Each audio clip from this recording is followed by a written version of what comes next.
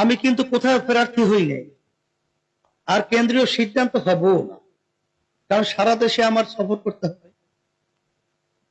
তা আমি যদি এমপি না হই, মন্ত্রী হওয়ার তো আর কোনো প্রশ্নই আসে না, কথা ঠিক কিনা? তাহলে সরকারি কোনো জায়গায় আমার যাওয়ার কোনো সুযোগও নাই, আছে? কিন্তু দিন রাত্র, এই যে অনেক সময় রাত্র নাই দিন নাই, শরীর সুস্থ থাকুক অসুস্থ থাকুক, নিজের পকেটের পয়সা খরচ করে পাগলের মতো সর্বত্র ঘুরতেছে। এর পিছনে একটা লক্ষ্য উদ্দেশ্য আছে না? সেই লক্ষ্য উদ্দেশ্যটা হলো, আমরা দেশকে ভালোবাসি, আমরা ইসলামকে ভালোবাসি, আমরা মানুষকে ভালোবাসি। আজকে দেখেন 53 বছর দেশ যারা পরিচালনা করেছে, যেই নীতি আদর্শের মাধ্যমে চলছে, আমরা পেয়েছি এই 53 বছরের ইতিহাসে একবার দুইবার নয় 5 বার চোরের দিক থেকে ফাঁস হয়েছে। আমরা এদের পরিচালনা পেয়েছি হাজার হাজার মায়ের কোল সন্তান হারা হয়ে, মা চিৎকার করে কাঁদছে, আমার সন্তান আজকে কয়েকদিন পর্যন্ত আমাকে মা বলে ডাক দেয় না। সেই চিৎকার এখন আমাদের কানে ভাসছে। আমাদের সেই শোকের চোখে ইতিহাস, যখন আবু সাইদের মতো 2 হাত প্রসারিত করে যখন এই দেশের জন্য জীবনকে বিলীন করেছে, সেই হাফেজ, সেই আলেম, সেই বাংলাদেশের যারা নাকি এই দেশকে ভালোবাসে, ইসলামকে ভালোবাসে, তাদের জীবনকে দেশের জন্য বিলিয়ে দিয়েছে। শত শত উদীয়মান মেধাবী সন্তানগুলো জীবনের তরে চক্ষু হারিয়েছে, আর কোনোদিন আলো দেখবে না। সেই দৃশ্য এখন আমাদের সামনে ভাসছে। সেই অবস্থায় আজকে আমাদের হযরত আল্লামা খালিদ সাহেব হুজুর তিনি বলেছেন 54 বছর পর একটা সুযোগ এসেছে। এই সুযোগ যদি আমরা কাজে লাগাতে না পারি, যখন আমাদের ভবিষ্যৎ প্রজন্ম সন্তানগুলো যখন ইতিহাস রচনা করবে, তখন আমাদেরকে নিয়ে কলঙ্কজনক ইতিহাস রচনা করবে। এই সুযোগ কাজে লাগাবার জন্যই আজকে দিন রাত্র পাগলের মতো সর্বত্র ঘুরছি। কেউ যদি মনে করে থাকে ব্যক্তি দল কোন স্বার্থের জন্য আমরা দৌড়াচ্ছি, আমি আবার বলছি, আল্লাহর কসম করে বলছি, না না না।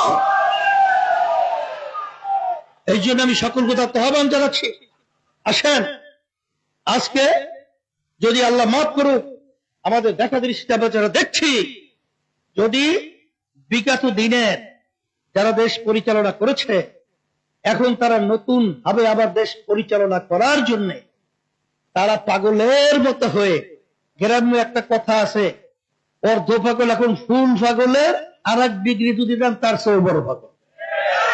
তখন ক্ষমতায় যাবে আর আবার সেই চরিত্র আবার বাস্তবায়ন করবে। আমরা বুঝে ফেলেছি, পুরান বউকে নতুন শাড়ি দিয়ে ঘোমটা দিয়ে ধোকা দেওয়া যাবে না।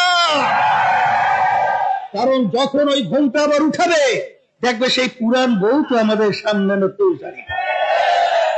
এই ধোকার বাংলাদেশের মানুষ পড়বে না। ধোকা খেয়েছি, 53 বছর দিয়েছে, আর ধোকা নয়, দেশকে মুক্ত করতে হবে, দেশকে আজাদ করতে হবে।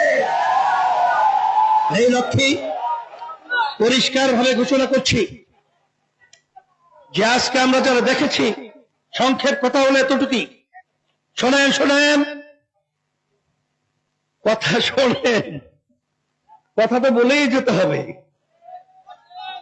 আমরা যেটা আলোচনা পর্যালোচনা করার পরে পেয়েছি, এককভাবে যদি আবার এই ফ্যাসিস্টরা ক্ষমতায় আসে, তাহলে আমাদের এই দেশ রক্ষার জন্য, ইসলামের জন্য, মানবতার কল্যাণের জন্য, এবং যারা বিশেষ করে বৈষম্য দূর করার জন্য যারা জীবন দিয়েছে, পঙ্গু হয়েছে, চক্ষু হারিয়েছে, আবার সেই পিছনের রাস্তা দিয়া আবার সেই ফ্যাসিস্ট ঢুকবে। আবার সেই আমাদের দেশের বিদেশের আধিপত্যবাদীরা আমাদেরকে প্রিসক্রিপশনের মাধ্যমে আবার পরিচালিত করবে। এটা আমাদের সতর্ক হতে হবে। হ্যাঁ, তবে একটা কথা হলো, কাজ তো নিজের ব্যক্তি স্বার্থ, দলের স্বার্থের জন্য করি না। ভুল ত্রুটি হলেও আল্লাহ মাফ করবে। আমি বহু ওলামায়ে কিরামদের সাথে আলোচনা করে দেখেছি, সবাই বলেছে হুজুর আমরা কাজ তো নিজের ব্যক্তি স্বার্থের জন্য করি, ইসলাম দেশ মানবতার কল্যাণের জন্য। তা আল্লাহ রাব্বুল আলামিন আমাদের জন্য পথ খুলে দেবেন। আর আমার মন বলছে, আজকেও বলছে, আমি চুয়াডাঙ্গা বলেছিলাম যে আমাদের দেশের বড় বড় নেতারা, বিশেষ করে প্রধানমন্ত্রী শেখ হাসিনা, সে বলেছিল কি, হাসিনা ফালায় না, ওরে গর্ব, ওরে দাম্ভিকতা, ওদিকে ভাত পাক করে খেয়েও যেতে পারে না।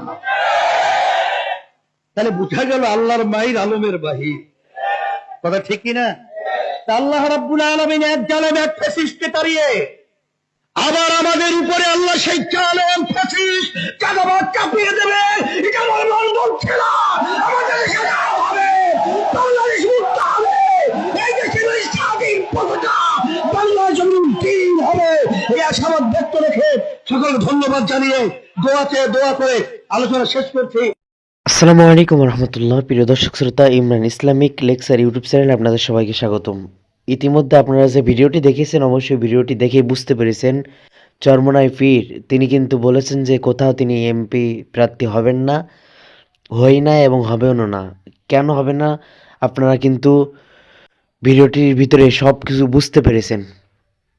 তো আপনাদের কাছে অনুরোধ করতে চাই, এরকম ইসলামিক ক্যাটাগরি ভিডিও পেতে আমাদের Imran Islamic lecture YouTube channel subscribe করে পাশে থাকা বেল আইকনটি বাজিয়ে দিবেন।